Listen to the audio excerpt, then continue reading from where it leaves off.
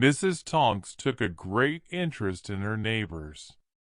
She knew everything that happened in Underwood Road, and she generally knew it before anyone else.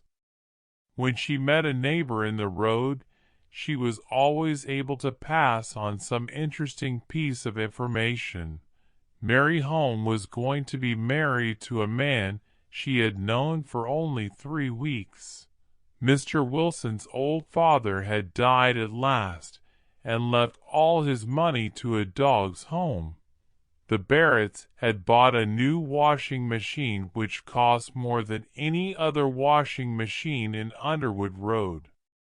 And as she talked, Mrs. Tonks collected some more news to pass on the next person she met. Pat Fenton was rather afraid of Mrs. Tonks. The Tonks' house was opposite the Fentons' house, and Pat often saw Mrs. Tonks at the window, watching. "She probably knows everything that happened in our house," said Pat to her husband Mark. He laughed. "Then it's a good thing we have nothing to hide."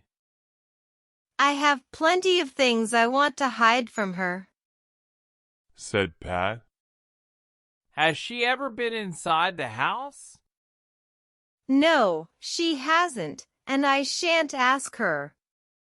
I don't want her looking into every corner and asking dozens of questions." But she had to talk to Mrs. Tonks when she met her in the road. "Hello, Mrs. Fenton, have you heard the news?" cried Mrs. Tonks one day. "Miss Masters from number 12 is dead. The poor old lady was just crossing the street to the fish shop yesterday, and a bus ran into her. She died 3 hours later. Isn't it sad? And it was all because she wanted some fish. I didn't even think the fish was very fresh yesterday." Mrs. Tonks did not look very sad. "I didn't know Miss Masters, but I'm sorry to hear about it," said Pat. "I shall always think of the poor old lady when I buy my fish. And do you know that the homes at number 15 have got a new dinner table and chairs? They came this morning, but it's very strange. There were only 5 chairs. People always have 6. I can't understand it at all." "Perhaps there was another one and you didn't see it." "Oh, no, I was watching carefully when the men took them in." "Well, I expect I shall find out the reason one day. It was a fine table, but I feel sorry for Mrs. Home, very sorry." "Oh, why?"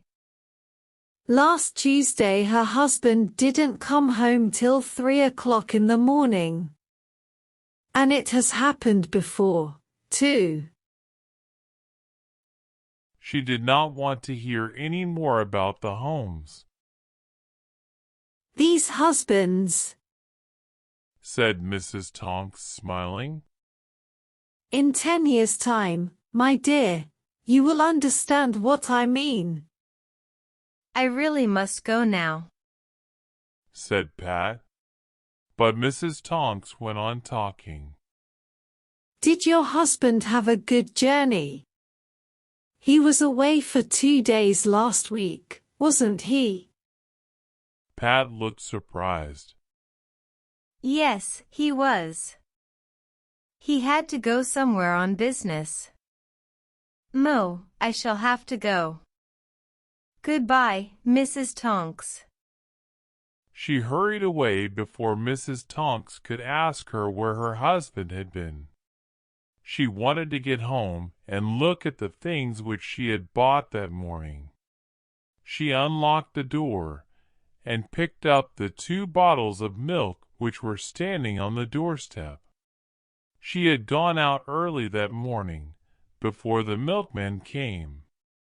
Soon after 9 o'clock every morning he came along Underwood Road, delivering bottles of milk to each house, and taking away the empty bottles which were left ready for him. Pat always put out her milk bottles when she had finished washing the breakfast things. The house was empty. Every day Mark Fenton went up to his office in London, 10 miles away. The days sometimes seemed very long to Pat, who hadn't many friends in this place. But now she had something new to think about. She took 2 paper bags out of her shopping bag and opened them. In one was a baby's coat, white and very small. In the other was a book. It was called Looking After Baby. Pat sat down to read the book. Well, that's one thing Mrs. Tonks doesn't know, she said to herself. I must be very careful not to let her find out. But Mrs. Tonks began to talk about babies the next time she met her. You know Mrs. Green's baby? She said. He's 11 months old now, and hasn't a tooth in his mouth. Is that late? Said Pat. I don't know much about babies. Mrs. Tonks looked very hard at Pat. I suppose you'll soon be starting a family yourself, Mrs. Fenton. Pat's face turned red. Oh, not yet. We've only been married a year, you know. Well, there's time yet. I hear that the people at the end of the road have sold their house for £11,250. I didn't think they would get more than 10,000 for it, did you? Oh, I didn't even know they were selling the house. Didn't you really? You don't know anything, do you? When her husband came home that evening, Pat told him about her talk with Mrs. Tonks. She's quite right. You don't know anything about your neighbors. Without Mrs. Tonks, we shouldn't know much of the news of Underwood Road. I'm interested to hear that house has been sold. And she asked me when I was going to start a family. It's nothing to do with her. Mark looked at the little blue dress that Pat was making. So you told her, I suppose, that you were expecting a baby in 5.5 months' time. Of course I didn't. I don't want her to be the first person in Underwood Road to know. Yes, that would be a nice piece of news to pass on to all the neighbors. The following morning Mark was leaving the house to catch his train to London. At the door, he turned back to speak to Pat. Take care, take care. Mrs. Tonks is watching you. I just caught sight of her face at the window. Pat laughed and began to wash up the breakfast things.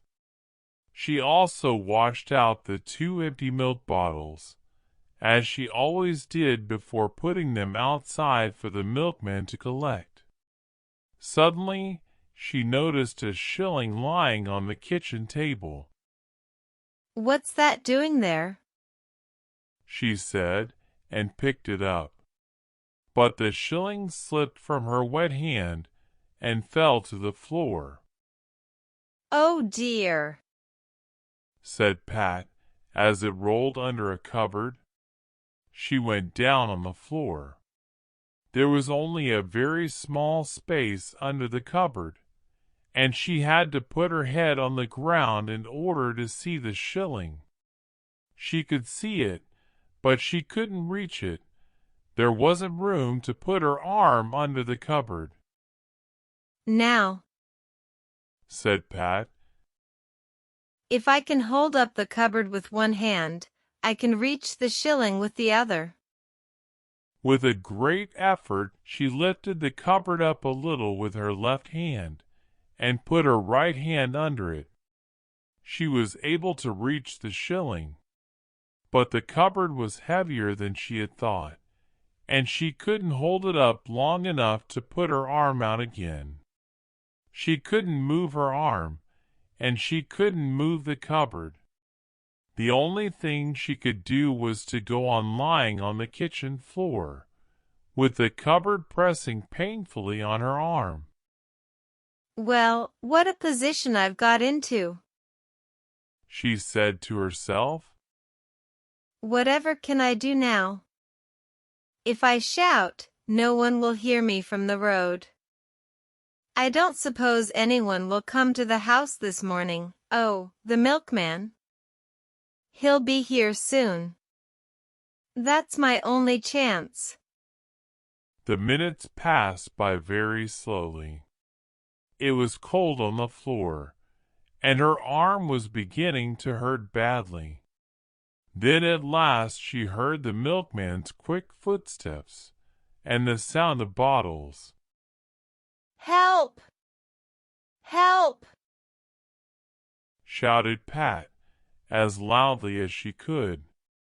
But it was difficult to shout when she was lying face down on the floor, and a noisy car was passing by on the road. The milkman went on singing, and she heard his footsteps going away again. Now I shall have to stay here till Mark comes back this evening, she thought. How can I bear it? But only 5 minutes later she heard more footsteps, coming round to the back of the house this time. Mrs. Fenton, are you all right? Called a loud, firm voice. The back door opened, and there stood Mrs. Tonks. What's happened? Oh, you poor thing. Mrs. Tonks rushed to her and lifted up the cupboard a little. Pat pulled out her arm. She was surprised to find that she could still move it. Now, come and sit down and we'll have some tea, said Mrs. Tonks. Pat was glad to sit quietly in the sitting room while Mrs. Tonks made the tea. Then she thought of those bright eyes looking all round her kitchen, but it was too late to stop her now. Here we are, said Mrs. Tonks, coming in with the tea. Now, how did your arm get caught under that cupboard? I was trying to get a shilling that had rolled under the cupboard. It's there still, and it can stay there. Oh, Mrs. Tonks, thank you very, very much. What a good thing it was for me that you happened to come round this morning. But I didn't happen to come round. When I noticed that you hadn't put out your empty milk bottles for the milkman, I knew there must be something wrong. So of course I came to see what it was. My goodness! Mrs. Tonks, you notice everything. Well, I do take a friendly interest in my neighbors. Her eyes fell on a book that was lying on a chair. What's this? What's this? Looking after baby. Oh, yes, I thought you were starting a family. I always know. Well, Mrs. Fenton, you can trust me not to tell anybody at all.